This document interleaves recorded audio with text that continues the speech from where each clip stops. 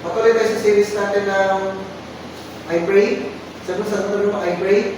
I pray. No? So, yung mga nami-miss natin na lessons, at yung mga lessons na gusto natin balikan, pwede din yung panoorin sa YouTube kasi nasend natin yung link sa YouTube para mapapanood natin. So, pinag-aaralan natin last time, yung series natin, ang topic natin ay in Jesus' name. No? So, bakit tayo nagpe-pray in Jesus' name? Kasi yung pinag-aaralan natin. Yung name ni Jesus, yung pinaka-mapapamiliang pangalan sa lahat ng pangalan. Ano? So, clarify lang natin, another trivia lang. Yung pangalan na Jesus, binigay kay Jesus nung pinanganak na siya sa earth. No? Sa Revelation chapter, I think chapter 12, ang pangalan niya, nung wala pa siya sa earth, kasi before, di ba, nasa heaven siya. Forever siya nasa heaven. Wala siyang beginning, wala siyang end. For eternity, nasa heaven siya kasama ng God the Father, kasama ng God the Holy Spirit. Ano pangalan niya? No? Sabi sa Revelation, ang pangalan niya, Word of God. No? Yun ang pangalan niya. Pero nung bumaba siya sa earth, sabi ng angel kay Mary, ibibigay mo itong pangalan doon sa iyong ipapanganak ay Jesus. So doon siya nagkaroon ng pangalan na Jesus. Pero yung Jesus na pangalan na yun, yun yung pinakamakapangyarihan pangalan na bibigyan sa lahat ng pangalan. Tignan natin. Sabi sa Philippians chapter 2, verse 5 to 11. Sabi dyan, in your relationships with one another, in the same mindset as Christ Jesus. So, this is relationship na. Sabi niyo, relationship. Relationship. Yan, sa mga may relationship, ano? Tatanong tayo, may relationship ka. Relationship sa magulang, sa kapatid, sa family, sa friends, tapos sa relationship sa mga minamahal. So, sabi doon, in your relationship, lahat ng relationship, ganito dapat yung mindset natin. Yung mindset, na magaya mo kay Jesus. Who, being in a very nature God, did not consider equality with God something to be used to his own advantage. Diyos siya. No? Si Jesus ay Diyos. Si Jesus ay kapantay ng Diyos. Pero hindi niya ginamit yung pagiging Diyos niya to his own advantage. Hindi niya ginamit yung kanyang pagiging Diyos sa kanyang sarili. No? Kaya mo, nauso yung word na entitled. Ibig sabihin na entitled, yung gusto mo makuha yung benefits from other people. No? For example, gusto mo pumunta from point A to point B. No? Gusto mo pumunta. Ito ka, point A, pumunta ka sa point B. No? Yung entitled, sasabihin niya, dalhin mo ako sa point B. No? Kaya hindi ka nakapunta sa point B dahil sa'yo. Hindi niya entitled. Hindi niya? Pero si Jesus, hindi siya entitled. Yung ibig sabihin niya, hindi entitled si Jesus. From point A to point B, siya mismo yung nag-sacrifice para makarating siya sa point. Hindi niya isisisi sa ibang tao, hindi niya i-grab yung galing niya sa ibang tao, no? Hindi niya ibibigay yung responsibility sa ibang tao. Ikaw yung magdala sa akin sa point. Hindi ka na. No? So, ano pang ginawa ni Jesus? Rather, He made Himself nothing by taking the very nature of servant, being made in human likeness. So, mula sa Diyos, bumaba siya. Kinuha niya yung human likeness. Mula sa from God, from everything, to being nothing. So, ganun ba yung attitude ng Jesus? So, tapos na tayo, maging ganun din yung attitude natin. Sabi sa ito, huwag ka na title.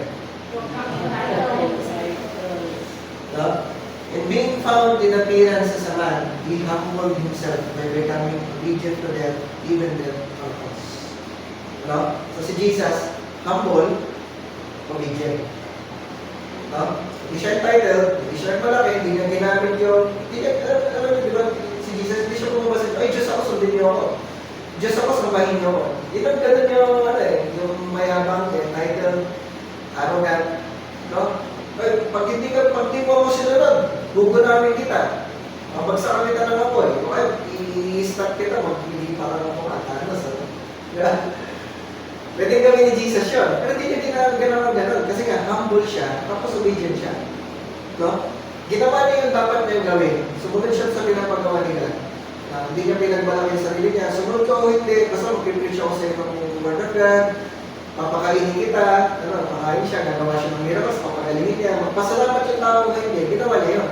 Kasi nga, humble siya. Tapos, he became obedient hanggang sa mamatay siya sa cross, hanggang sa yung yung sinakrifice niya yung lahat ng yung katawan niya, yung buhay niya, kinuha niya lahat ng sakit, lahat ng latay, lahat ng suntok, kinuha niya lahat yun. Bakit niya ginawa niya? Kasi nga nag-obey lang siya. Ganun yung pag-obey. Mahirapan ka, okay lang mahirapan kasi pag-obey ako. Ganun nga, kaya sabi ni Jesus, ganun daw tayo, dapat sa relationships natin. Ay pinapahirapan ka na ng mga relationship mo. Gagawin ko pa rin yung tama kasi nag-obey ako sa Lord. Humble obedience. So, nung ginawa ni Jesus siya, ano resulta? Sabi doon, therefore, diba sa science, sa conclusion, therefore, I therefore conclude, therefore, God exalted him to the highest place and gave him the name that is above every name. Galing na siya sa highest place, Diyos na siya, iniwan niya yun, resulta ng kanyang pagsunod, resulta ng kanyang obedience, ng kanyang humility, God exalted him to the highest place and gave him the name that is above every name.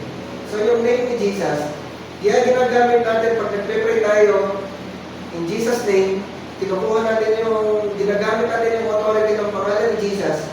Kasi yung pangalan ni Jesus, above every name. Mas mataas pa sa pangalan ni Bongbong Marcos. Mas mataas pa sa pangalan ni Trump. Mas mataas pa sa lahat pangalan ng lahat ng mga pinakamataas na pangalan. Yung pangalan ni Jesus. So, gave him the name that is above every name, that at the name of Jesus, every knee should bow in heaven and on earth and under the earth. So, sobrang taas ng pangalan ni Jesus. Lahat ng tuhod ay luluhod. Lahat ng tuhod sa langit, pati mga anghel, nasa lupa, lahat ng tao sa lupa, and even under the earth, under the earth, ang ibig sabihin ng nasa impyerno. Even yung mga nasa impyerno, darating yung panahon, luluhod lahat ng tuhod. Kaya tayo, yung mga tao na tayo, sumusunod tayo kay Jesus ngayon. Nag-worship na tayo kay Jesus ngayon. Yung mga tao ayaw kay God, yung mga tao ayaw kay Jesus, darating din yung time, luluhod din sila. Yung mga tao hindi naniniwala kay God, luluhod din sila. Darating talaga yung panahon, at hindi ka naniniwala sa Diyos, kahit ayaw mo sa Diyos, kahit ayaw mo kay Jesus, luluhod ka pa rin. Kasi sabi ng Bible, at the name of Jesus, every knee should bow. So darating yung panahon, pag ginulong na yung mundo, nandun na tayo sa heaven, pinumaayaw kay Jesus, napunta na sa heaven, ipapakilala na talaga kung sino si Jesus. At lahat ng tao, lahat ng nilalang, lahat ng angels, lahat ng demonyo, luluhod kay Jesus. Wala tayong choice nun. Susunod tayo kay Jesus. Tapos, sabi pa niya, in every tongue, acknowledge that Jesus Christ is Lord, the Lord of God, the Father. Lahat ng tuhod-tuhod, lahat ng labi, magsasabi, na i-declare Jesus Christ is Lord. So ngayon, may choice tayo ngayon. Pwede, yung mga tao may choice ngayon. Ayaw mag Jesus, ayaw mag God, ayaw mag daw na rin ng malaki na, dito tao si Jesus. May mga choices tayo ngayon. Pero darating time, kasi God nga si God. Yung choices natin mawawala. I mean, ibig sabihin, i-declare natin, i-acknowledge natin na si Jesus talaga yung so si Jesus, yung pangalan ni Jesus is the name above every name. Sabi niya, name above every name. Name above every name. Ano pa yung sabi? Sa Acts chapter 3 verse 6, then Peter said, silver or gold I do not have. Pero kung isang taong may lumpo, may lumpo, pupunta sila sa templo, dun sa entrance sa templo, may lumpo. Ang ginagawa ng lumpo? Ang lilimos. Pamilyar pa kayo sa ganang scenario? Diba? Hanggang ngayon, diba? Pag pupunta ka sa simbahan, papasok dun sa gate, may mga nakapwesto na doon, ng lilimos. So, ganun yung lumpo. Sabi din, humihingi yung lumpo, ng lilimos kay Peter tsaka kay John. Ang sabi ni Peter? Then Peter said, silver or gold I do not have, but what I do have I give you. Ano yung meron siya? Sabi niya, in the name of Jesus Christ of Nazareth, walk. Sinabihan niya yung lumpo, tumayo ka, tumakan ka. Sa pangalan niya. So, pag tinignan niya sa Acts chapter 3, pag binasa niya, yung lumpo nakalaka. Ano lang yung ginamit niya? Hindi niya ginamit yung pera, hindi niya ginamit yung gamot. Dineclare niya in Jesus' name. Kung gano'n ka makapangyarihan yung pangalan ni Jesus.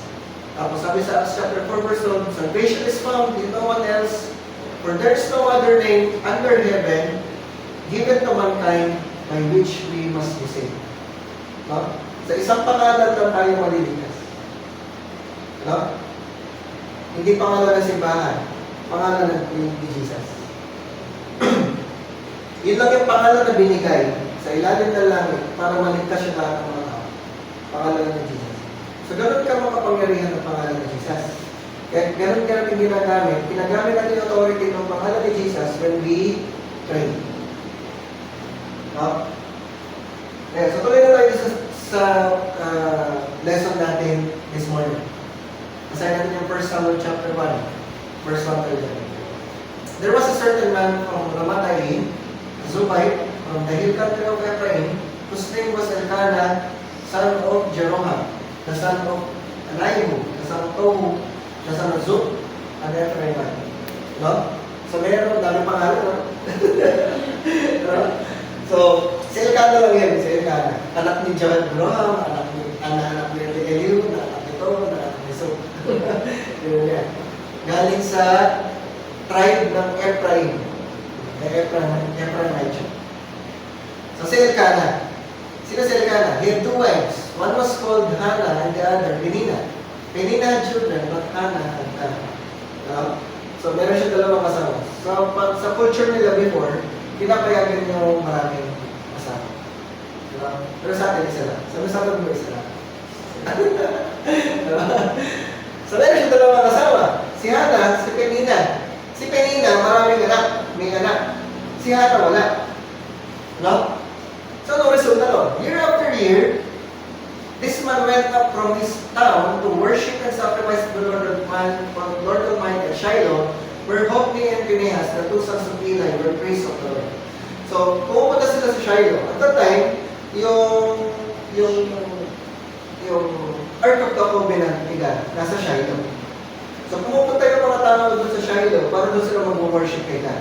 Ang priest na nandun, si Eli, tapos yung dalawa niya anak, si Hophni at si Phinehas. So, year after year, taon-taon, pumupunta si Elkanah at yung asawa niya, dalawa niyang asawa, pupunta sa Shiloh para mag-worship. No? Taon-taon yun. Whenever the day came for Elkanah to sacrifice, he would give portions of the meat to his wife Penina and to all her sons and daughters. So kasama din yung mga anak nila. No? Binibigyan niya ng pagkain. Yung parte doon sa sinasacrifice na sa Lord. But to Hannah, he gave a double portion because he loved her and the Lord has closed her womb. So, pag may sacrifice siya taon-taon, pupunta sila sa Shiloh, sacrifice, tapos yung sacrifice na yung kakainin nila, bibigyan niya doon sa kanyang mga asawa, sa kanyang mga anak. Pero kay Hannah, kasi mahal niya si Hannah, tapos si Hannah walang anak, mas marami yung binibigay niya kaya. Ako magsasunalin ka ito. No? Because the Lord had closed Hannah's womb. Sinarado yung kanyang bahay bata. Her rival kept provoking her in order to irritate her. No? Kasi walang anak. Yung isang asawa, maraming anak. Yung isang anak, kaya yung isang asawa, walang anak. So, ang ginagawa ng may anak, yung sa walang anak, walang anak. Taon-taon, binubuli. Taon-taon, dinaasar. Para lang, ano yung purpose to irritate her? Bakit may mga ganang tao lang? Inabubuhay lang ng inis. Ano yung sumasaya buhay nila pag nakakapanglasal sila? Ano, parang, di ko alam ba't, di ko naman maintindihan ba't may mga ganang tao. Parang masaya yung buhay nila pag nakakapanginis sila. Ano ba kayong ganang kilala? Yung mga kapatid, yung papasaya sa kanilang buhay, yung mga panginis sila. No? Sa magkapatid, parang normal lang yun. Pero pagka nagkakaroon na sa point na yung mali kasama ko sa trabaho, parang pumapasok na siya sa work para manginis. Parang nagpapasaya sa work niya yung inisip na. May boss. Diba? Kaya meron pang boss. Ano? Ewan ko ba't yung mga ganong tao, yung talagang mabubuhay na sila para sumasaya na sila, mabuli, mamasal. So, ito ang ginagawa ng isang asawa. Kung ikaw si Hannah, isipin mo, imagine mo yung torture, imagine mo yung hirap ng dinadanas. Wala ka lang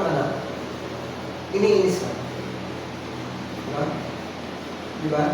Wala naman natin, inilisong pa. Hindi ko kala na lang. So in other words, this went on year after year. Hindi isang beses lang, hindi dalawang beses. Taon-taon yun. Tapos, imagine nyo na, pag nabuntis na yung isa, nabuntis na niya, ikaw wala. Wala makakala ko niya, ikaw wala. Ikaw, hindi ka nabuntis. Taon-taon yun. Taon-taon. Whenever Hannah went up to the house of the Lord, her rival provoked her till she wept and could not. No? So, ininis ka na ng ininis. Yung namatay ka na doon sa point na sobrang yung piko na wala ka na lang magawa, iyak ka na lang. Tapos yung sa sobrang lungkot mo, sobrang inis mo, iyak ka na lang, kasi hindi ka na makakain. Kahit mas marami yung binibigay sa yung pagkain, hindi ka na makakain. Ito yung picture na pinapakita na. Tapos her husband Elkanah would say to her, Hannah, why are you weeping? Why don't you eat? Why are you downhearted? Don't I mean more to you than 10 sons? Diba? Di ba sapat na ako na lang? Mahal naman kita. Binibigyan naman kita ng marami pa. Di ba pwedeng sumaya ka na lang doon? Kaya lang, syempre, kung ikaw yung babae, wala, hindi eh. Hindi ka talaga, hindi ka napapasaya ng mas maraming pagkain, hindi ka napapasaya ng mga sarap ka na. Gusto mo talaga magkain. So, ayun yung desire ni Hannah, gusto niya magkain. Saan ang ginawa niya? Once when they had finished eating and drinking in Shiloh, Hannah stood up. Now Eli the priest was sitting on his chair by the doorpost of the Lord's house. And then, in her deep anguish, Hannah prayed to the Lord, weeping bitterly. So sa kanyang lungkot, sa kanyang hirap, sa hirap na dinadaras niya, sa pangiinis na dinadaras niya, hindi siya magkaanak.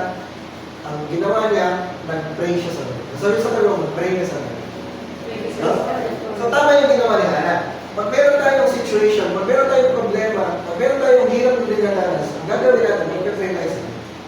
Pag meron kang desire, meron kang gusto niya magkaanak, pag meron kang gusto mo magkatrabaho, gusto mo magka-business, or gusto mo magkaroon ng maayos na relationship, maayos yung pamilya, whatever the situation natin, yung mahirap or hindi ka na mahirap, i-pray natin sa Lord. Ilapit natin sa Panginoon, mag-pray tayo sa Lord. Lord, alam niyo yung situation ko, I'm asking you, help me in my situation. Pray tayo sa Lord. So si Hannah, sa hirap na tinalas niya, nag-pray siya sa Panginoon. Tapos, ang sabi niya sa prayer niya, she made a vow, saying, Lord Almighty, if you will only look at your servant's misery, and remember me, and not forget your servant, but give her a son. Yun yung prayer niya sa Panginoon. Kung maalala niyo mo ako, Lord, kung pakinggan niyo yung prayer ko, makita niyo yung situation ko, bigyan niyo pa ng anak. Sabi niya sa Lord, then I will give him to the Lord for all the days of his life, and no razor will ever be used on his head. Yung anak na ibibigay mo sa amin, pag binigyan mo pa ang anak, ibibigay ko siya sa Lord. Ibibigay ko siya sa iyo. Sa iyo na siya all your life. Basta importante lang, mga anak ako. Magkaroon ako ng anak. So, title na pag-uusapan natin this morning, I change. Sabihin niyo malakas, I change. I change. Bakit I change? With this pag-aaralan natin. This morning, ang goal natin, maintindihan natin, bakit may mga times, hindi sumasagot sa Lord ng prayer. Bakit may mga times yung pinag-pray mo, yung may sakit, hindi gumaling? Bakit nilalaman niya? Pinag-pray mo yung may sakit na gumaling, pero nangyari na patay pa. Bakit nilalaman niya yung mga ganun mangyayari? Nag-pray ka ng work, gusto mo matanggap doon, nag-pray ka doon, hindi ka natanggap. Bakit? Minsan, gusto mo yung, magaganda naman yung prayers natin. Gusto mo maayos yung relationship, but hindi tayo yung relationship. Bakit may mga pamilya na naghihiwalay? Bakit yung gusto mo ng promotion, hindi ka na-promote? Bakit gusto mo maayos yung isang bagay, hindi na-ayos? Minsan may mga prayers na hindi sinasagot ng Lord. So, gusto natin masagot, bakit? Ba't hindi sinasagot ng Lord? Ito ba yung reason bakit hindi sumasagot sa mga prayers? Gusto natin, siyempre, sino sa inyo gusto niyo yung prayers na sinasagot ng Lord? Gusto natin yung prayers na sinasagot ng Lord? Pero, ang laging question sa isipan natin, bakit may mga times hindi laging sumasagot sa Lord? For example, bakit hanggang ngayon gusto, bakit yung traffic, lagi na dyan ang traffic? Bakit yung bahay, hindi nawawala yung bahay? Paulit-ulit na lang bahay? Bakit yung corruption hindi nawawala sa Pilipinas? Bakit paulit-ulit pala yung corruption? Hindi lang yun. Ang dami mga bakit na nangyayari sa paligid natin.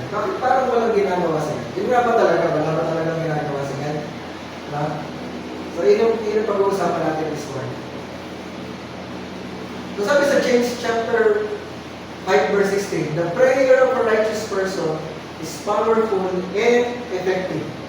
No? Sabihin niyo, righteous person. Righteous. So yung righteous person daw, pag siya nag-pray, yung prayer niya, powerful and effective. No? So pag righteous ka pala, sabi mo righteous ka ba? Righteous ka. Pag righteous ka pala, yung prayer mo nagiging powerful, makapangyarihan, effective. No? May nangyayari, may resulta. Ano? So, depende mo anong understanding mo ng righteous. Hindi ibig sabihin ng righteous, ikaw yung laging mabait, ikaw yung laging tama, hindi ka nagkakamali, hindi ka nagkakasala. Hindi yun ibig sabihin ng righteous dito. Ano? Yun yung pag-aaral natin.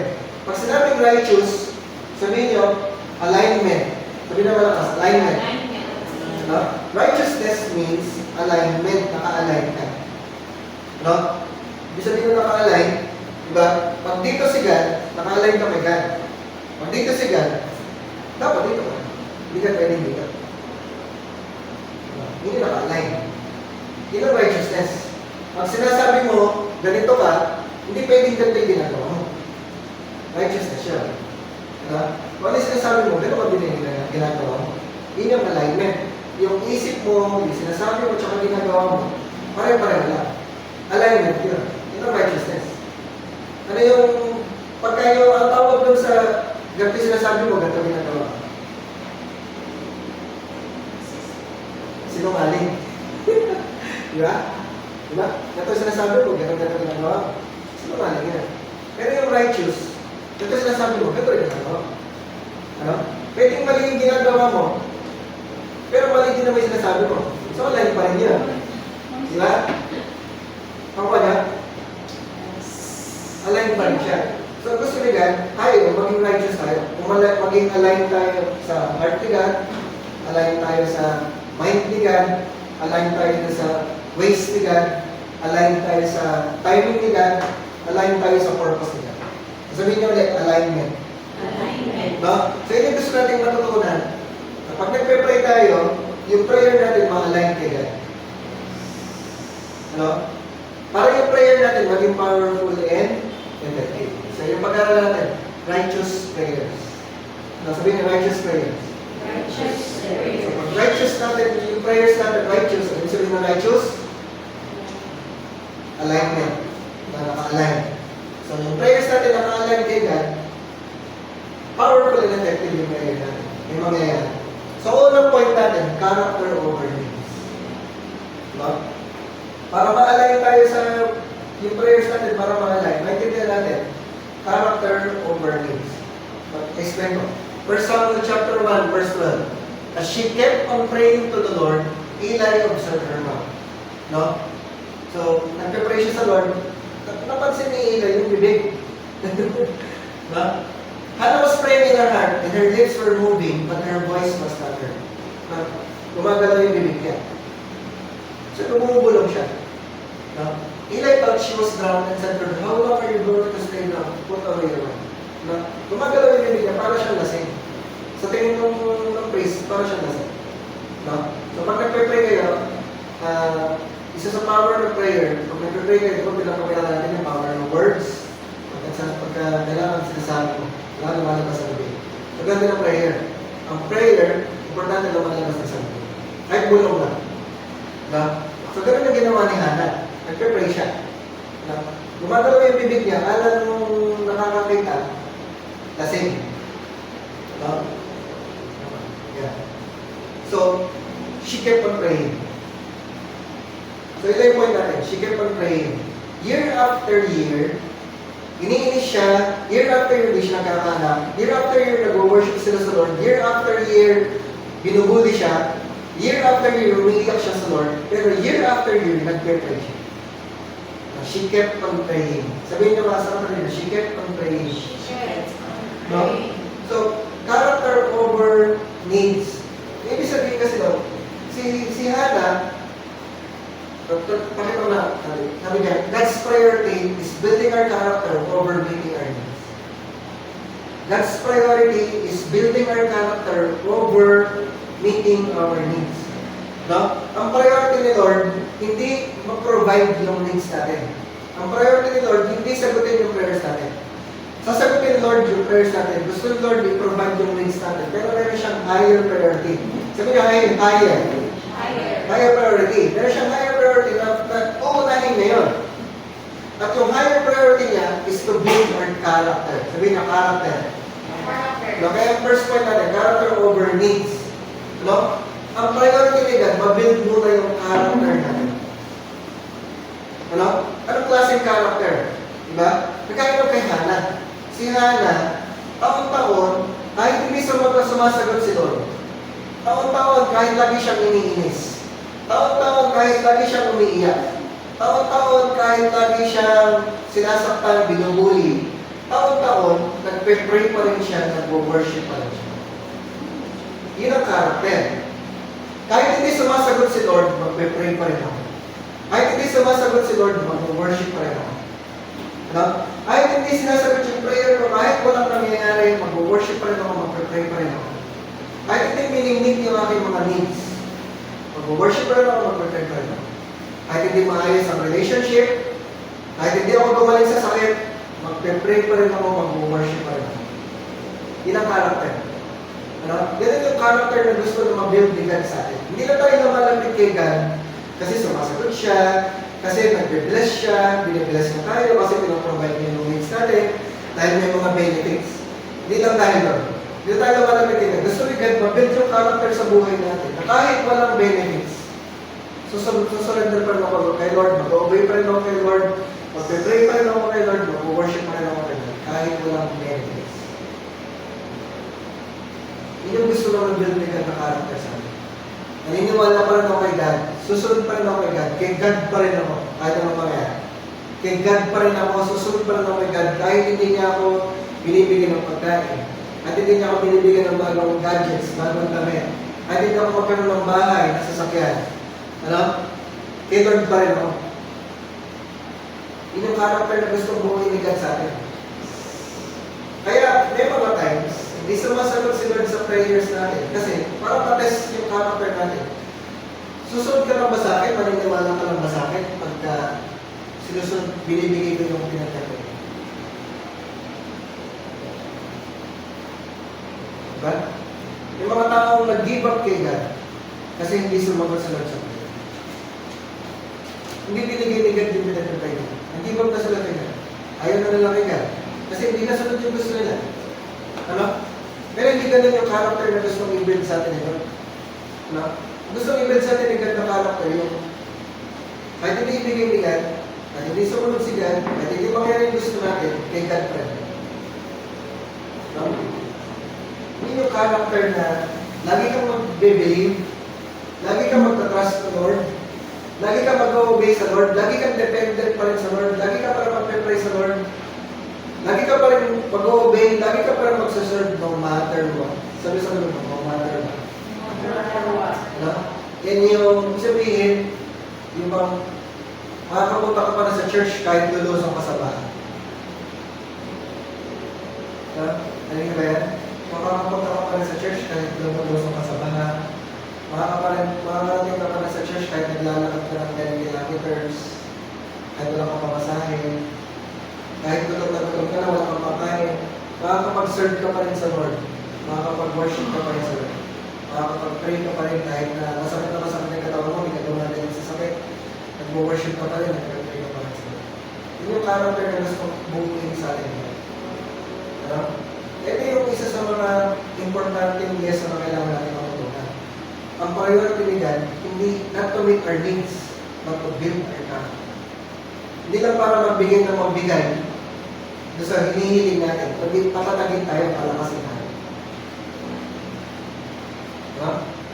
Kasi kailangan malalaman na ang tao malakas sa panahon ng pagsubok. Kailangan malalaman na matibay ka. Pag dumanan ka sa mga problema, dumanan ka sa mga pagsubok. Kailangan malalaman na malalim na yung relasyon mo sa Lord yung pagtitiwala mo sa Lord. Pag dumanan ka na sa mga point na parang hindi sumasagot si God, parang tahimik na si God, parang walang nangyayari, parang walang ginagawa si God. Doon mo masusunod, makikita na talagang si God totoo, si God, doon mo makikita na ikaw, matibay ka talaga. Na pinalakas ka na, pinatibay ka na, ng relasyon mo sa Lord. Ha? Character over needs. No? Ina-number pa na gusto sa atin ng Lord, character over needs. Pangalawa, transformation over provision. Ano sabihin niyo sa kanila? Transformation. So, si God, di ba? Ang gusto niyang mabuild sa ating character. So, paano mabibuild yung character niya? Para tayo i-transform. Kailangan tayo transform tayo. Ano? Yung mga mali nating kaisipan, nagiging tama. Yung mga mali nating habits, lifestyle, ay tatama. Yung mga mali nating salita, ay tatama.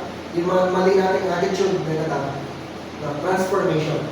So, si Hannah, sabi niya, balikan natin yung sabi sa verse 11, she made the vow, saying, Lord Almighty, if you will only look upon your servant's misery, and remember me, and not forget your servant, but give her a son, then I will give him to the Lord for all the days of his life, and no razor shall never be used on his son. Ano? Yung pray na pray ng every year pray siya ng pray, Lord, bigyan mo mga anak, Lord, iniinis ako. Ang hirap na binalasan, bigyan mo mga anak, taon-taon. Hanggang tumating siya sa point na ang naging prayer na lang niya, ang binigyan mo mga anak, bibigyan ko siya sa iyo. Ano? Minsan, hindi sumasagot si Lord sa prayer natin hanggang hindi nababago yung prayer natin. Ano? Paano mababago yung prayer natin? Pag nababago ka na. Pag nababago na rin yung prayer mo. So, hindi sinasagot ni Lord yung prayer mo nung una. Pero itong pangalawa, sinagot na ng Lord kasi naiba na yung prayer mo. No? So, kaya may iba yung prayer mo pag nabago ka. So, God's business is transformation. Hindi natin maintindihan. Yung isa sa mga ginagawa ng Lord, yung number one na priority niya is transformation.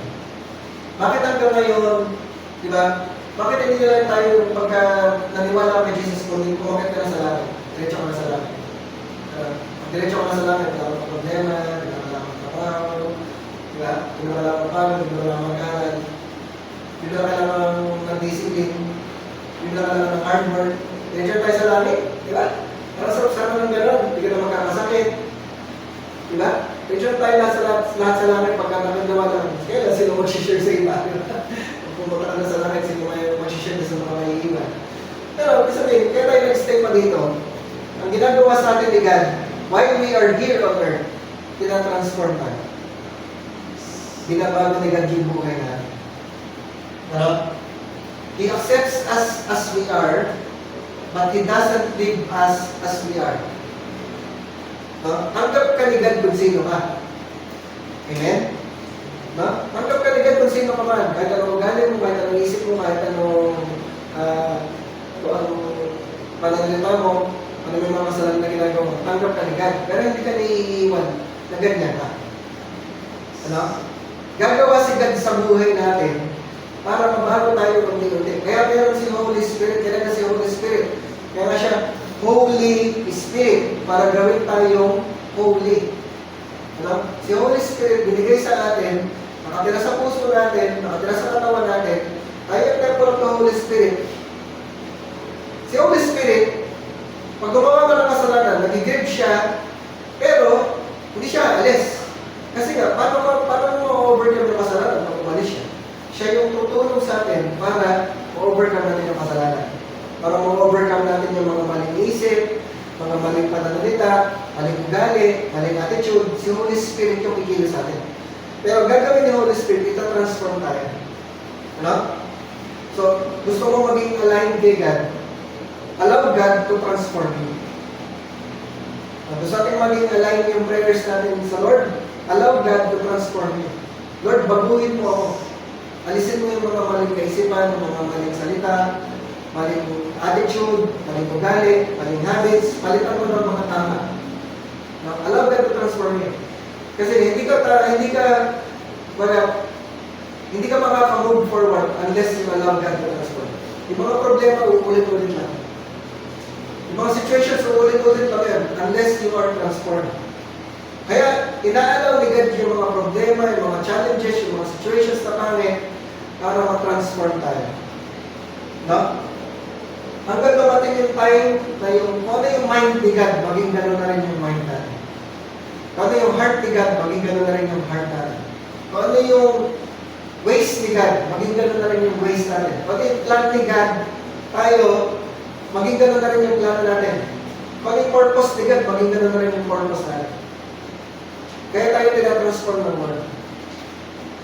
No? Maintindihan natin na kailangan natin ng nagpe-pray, kailangan natin ng time with God, kailangan natin ng training, kailangan natin ng Word of God para ma-transform tayo.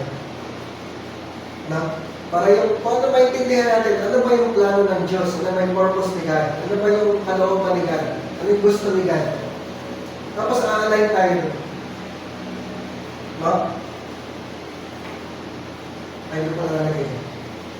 Lagay nyo na. A transformed prayer is an answered prayer. A transformed prayer is an answered prayer. So, ang prayer na sinasagot ng Lord ay yung transformed na prayer. Ano? Yung prayer na naiba na ligan, na na-transform na ligan, yun ang sasagutin niya ng prayer. Si Hannah, nagkaroon siya ng anak kasi yung prayer na niya, na-transform na ng Lord. Nung una, prayer na niya, magkaanak. Pero ngayon, ang prayer na niya, Lord, pag binigyan mo ako ng anak, ibibigay ko siya sa iyo. Diba? So, tuloy tayo. Number 3. May natutunan tayo. And number 3, purpose over blessings. Purpose over blessings. So, priority ni God, una, character, business ni God, transformation. Ngayon, purpose. Sabihin niyo purpose. No? Ano nangyari? 1 Samuel chapter 1 verse 25, when the bull had been sacrificed, they brought the boy to Eli. So pinanganak na naman. So, sa storya, nabuntis si Hannah, tapos pinanganak na. Tapos pinalaki niya muna yan. Sabihin, kasi baby pa kailangan pa na dumede. So hanggang dumede dito yung bata, nasa kanya kayo. Pero nung dito sa verse 25, kung hindi na siya dumedede, pwede na siyang iwan. So when the bull had been sacrificed, they brought the boy to Eli, pinala na sa priest. And she said to him, "Pardon me, my Lord, assuredly as you live, I am the woman who stood here beside you praying to the Lord." Aba yung babae na nagpe-pray. I prayed for this child. And the Lord has granted me what I asked of him. So pinag-pray niya yung bata, binigay sa kanya ng Panginoon. So now, I give him to the Lord. For his whole life, he will be given over to the Lord and he worship the Lord there. No? Dinala na yung bata sa templo, tapos iiwan na yung bata sa templo. Sa pangangalaga ng Kristo. Kasi, yun yung pangako niya sa Lord. Pag binigay siya ng anak, ibibigay niya sa Panginoon. So, binigay niya sa Panginoon. No? Sino ba yung bata niya? Si Samuel. No? Siya yung batang si Samuel. Na later on, naging prophet Samuel. Si Prophet Samuel, siya lang naman yung nag-aman kay Haring Saul, tsaka kay Haring David. No? Siya yung prophet na yan. Ngayon, si Prophet Samuel, siya yung sumunod na prophet after Moses. No? So, isa sa mga greatest prophet ng Israel, si Moses. Ang sumunod na naging prophet na si Samuel na. Ano? Si Samuel, walang naunang propeta sa kanya nag-train sa kanya. Hindi sila nag-abot ni Moses. Wala nag-train sa kanya. Si Lord mismo yung nag-train sa kanya para maging prophet. So, naging prophet si Moses. At si Samuel. Yung prophet si Samuel. Ang ginawa ni Prophet Samuel, nagtayo siya ng company of prophets, school of prophets. Doon sa kanya galing yung mga kagaya ni Elisha, ni Elijah, ni Jeremiah, ni Isaiah. Yung mga prophets na yun, doon galing sa company of the prophets, sa school of the prophets. Nasimulan ni Samuel. Tapos siya mga hari, siya nag-anay. Yung mga unang hari, si Saul, si Haring David, si Prophet Samuel. So, gusto ko makita yung big picture. Bigger picture, si God, gusto ni God mag-raise up ng prophet. Gusto ni God magkaroon ng isang Prophet Samuel na mag-aanay ng mga hari at magsisimula ng school company of the prophets. Yun yung gusto ni God. Si Hannah, gusto ni Hannah na magkaanak. Ngayon, yung dalawang gusto na to, gusto ni God, tsaka gusto ni Hannah, nagtagpo. Nagtampo yun. Gusto lang ni Hannah magkaanak. Hindi binibinig ng Lord. Pero nung sinabi niya, Lord, yung anak na ibibigay mo sa akin, ibibigay ko sa'yo. Ngayon, ganyan na. Hindi ka na takit at sagutin yung prayer mo. Kasi ngayon, yung prayer na sasagutin ko sa'yo, mag-a-align dun sa purpose ko na magkaroon ng isang propeta. So, na no? So, yung prayers natin, minsan, hindi sinasagot ng Lord kasi hindi naka-align sa purpose niya. Pero pag umalign yung prayer natin sa purpose ng Lord, sasagutin yung kanyang prayer. So, no? Ako, yung sasakyan ko before, yung Remo. Yung Remo. No? Yung Remo, kung binigay sa akin ng Lord, sabi ko sa Lord, Lord, ito, gagamitin mo ito sa ministry. Pupunta kami dun sa kung saan sa ministry, pupunta kami dun. May mga kailangan punta, conference, training, yun yung sasakyan na gagamitin natin. Tapos magsasakay ako ng mga kasama dito. Tapos pag may mga kailangan, basta lahat ng mga pwede puntahan na pwede akong magsakay, sasakay, basta para sa ministry. Ganun yung ginawa natin. Even yung kahit yung sasakyan ngayon, ganun pa rin. Kung ginagamit pa rin sa ministry. So may kailangan puntahan ng ministry, may kailangan isakay, isasakay. Atin sorry. Ito syempre nagagamit, ang bonus ko, nagagamit namin personal. Pero, nagagamit din sa ministry. Pero din si Hannah, meron siyang anak, tapos yung anak niya, propeta na. Si God may prophet, si Hannah may anak na prophet. Diba? Ganun yung nangyari. So, pakita nyo, yung paano nag-work si God, paano nag-operate si God. Tayo, very tayo limited lang yung nakaharap ng isipan natin. Nakikita lang natin yung problema natin, yung kailangan natin, yung sitwasyon natin. Hindi nakikita natin. Pero si God, iba yung nakikita niya. Mas malawak yung nakikita niya. Gusto ni God, bigyan ka ng anak. Kaya lang, pag binigyan ka ng anak, ibibigay mo ba sa Lord? Diba? Gusto ni Lord bigyan ng anak si Hannah. Kaya lang, ibibigay pa niya yun sa Lord. Kung basta yung unang prayer niya, binigay mo ng anak na siya. Ang kinig lang ni Hannah yun eh. Walang prophet si Lord. Nasundan niya? Wala siya prophet. Pero hanggang dumating na sa time na binago na ng Lord yung prayer, Lord, bibigay siya sa'yo. Okay? Win-win. May prophet si Lord, may anak si Hannah. So, si Lord, ang purpose ni Lord, nation transformation. Sabihin niyo, nation transformation. Nation transformation. Hindi lang pagbago ng buhay, magbago ng bansa.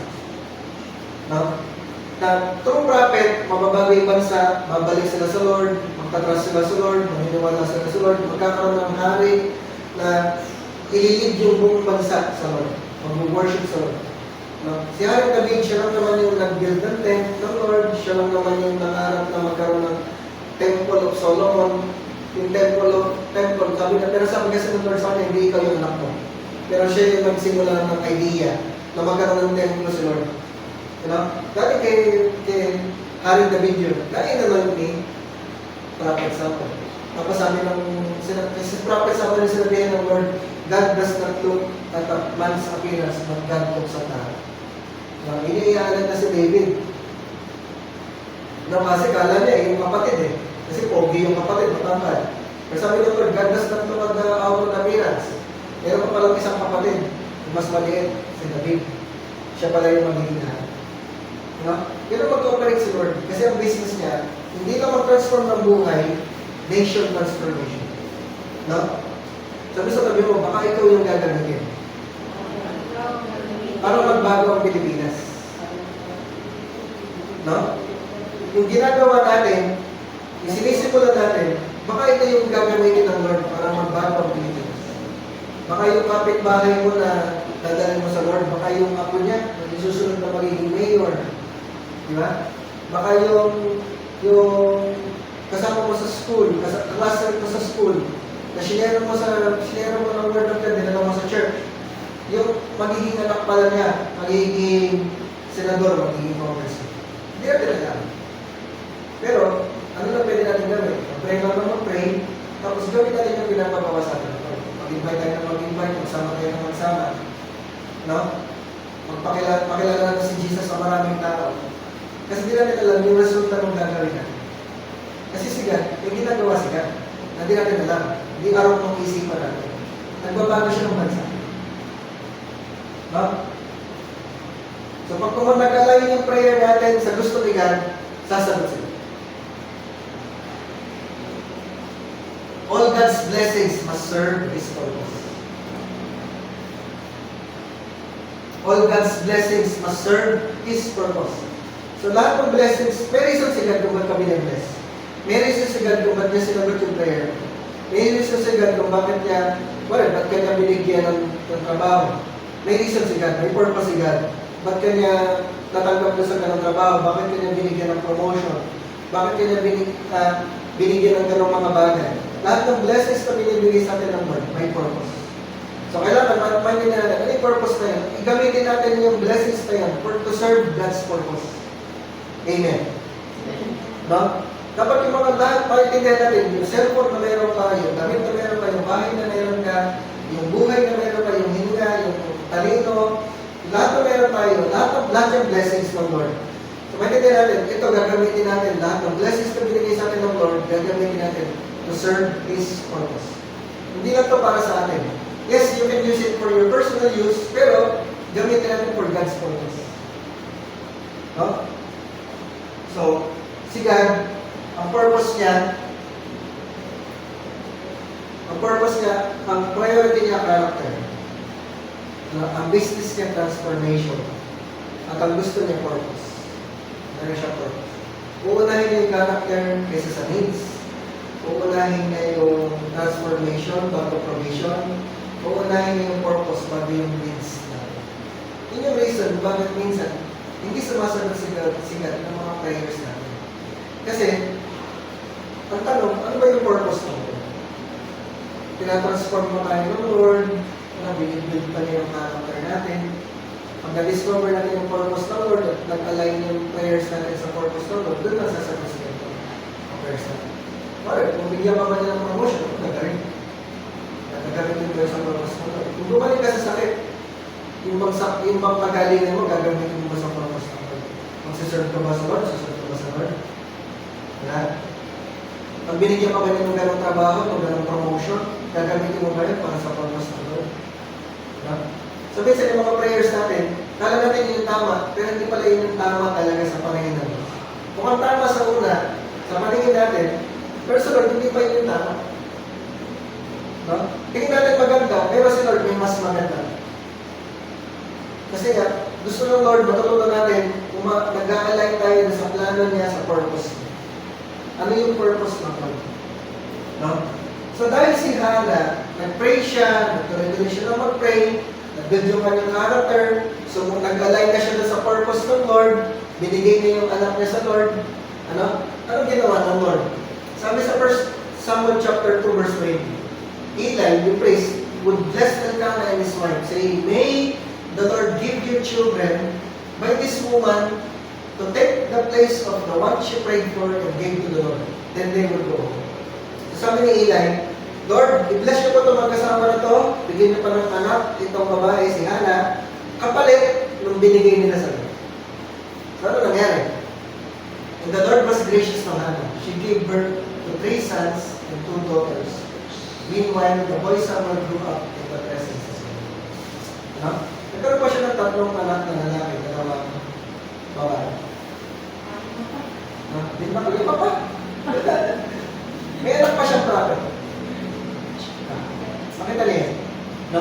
Pag binigay mo sa Lord, yung hinihingi ng Lord, may kapal. Pag sumunod ka sa pinapagawa ng Lord, may kapal. Sabi sa akin, may kapal. No? Pag nilakaran mo yung purpose ng Lord, may kapal. Hindi ka lugi. Sabi sa Lord, hindi ka lugi. Isa lang binigay niya, ilan ang kapalit? Hindi ba? Ilan ang binigay na anak? Binigay sa Lord? Isa. Ilan ang kapalit? 5. No? Kapalit. Pag nagsumunod ka sa Lord, nag-serve ka sa Lord, surrender mo sa Lord, kung hinihingi ng Lord, may kapalit. No? Ano man yung sakripisyo natin sa Panginoon? Lagi mo may kapalit. Basta hinihingi ng Lord. Huwag mo isasakripisyo yung hinihingi ng Lord.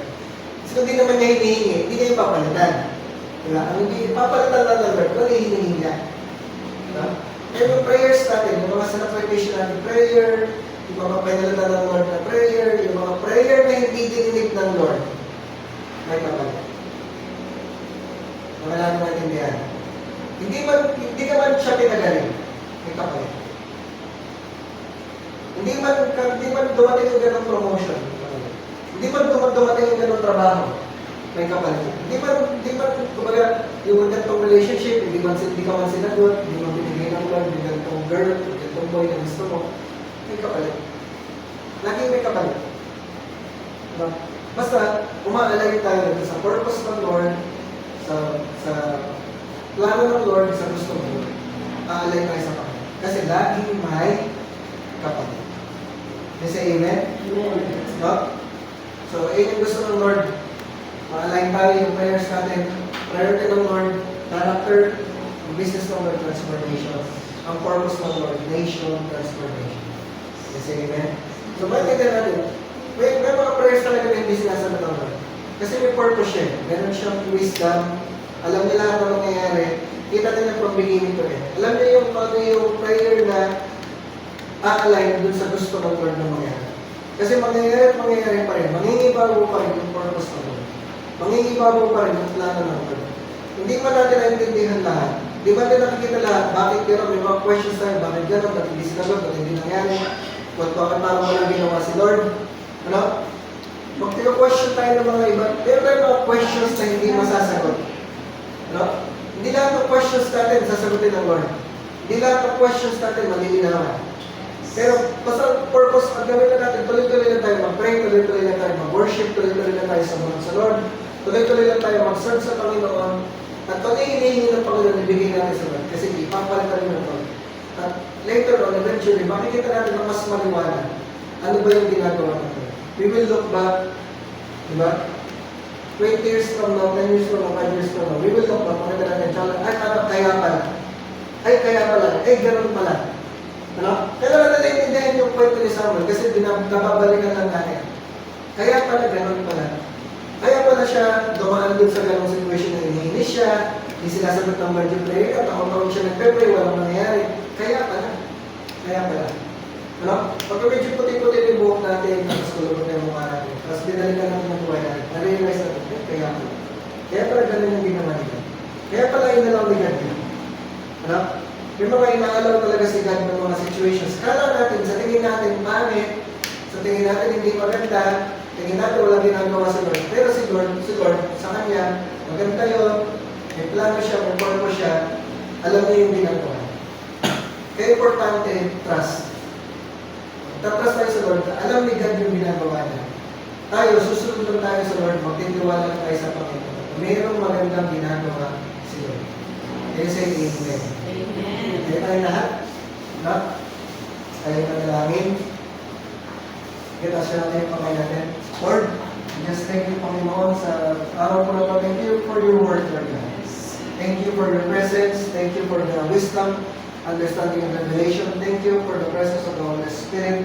Declare, Lord God, transformation sa aming mga buhay. Na patuloy mo kami babaguhin araw-araw. Patuloy mo kami kakausapin. Patuloy mo kami gagawin.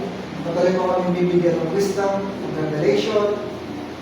Na darating sa point, Lord God, na we will carry your heart and your mind. Your heart will be our heart. Your mind will become our mind. And we are submitting, Lord God, to your plans. Lord, we declare this morning, we are going to live for your purposes. We will always depend on you. We will always obey you no matter what. We will always serve you no matter what. We will live for your purpose. We will serve for your purpose no matter what.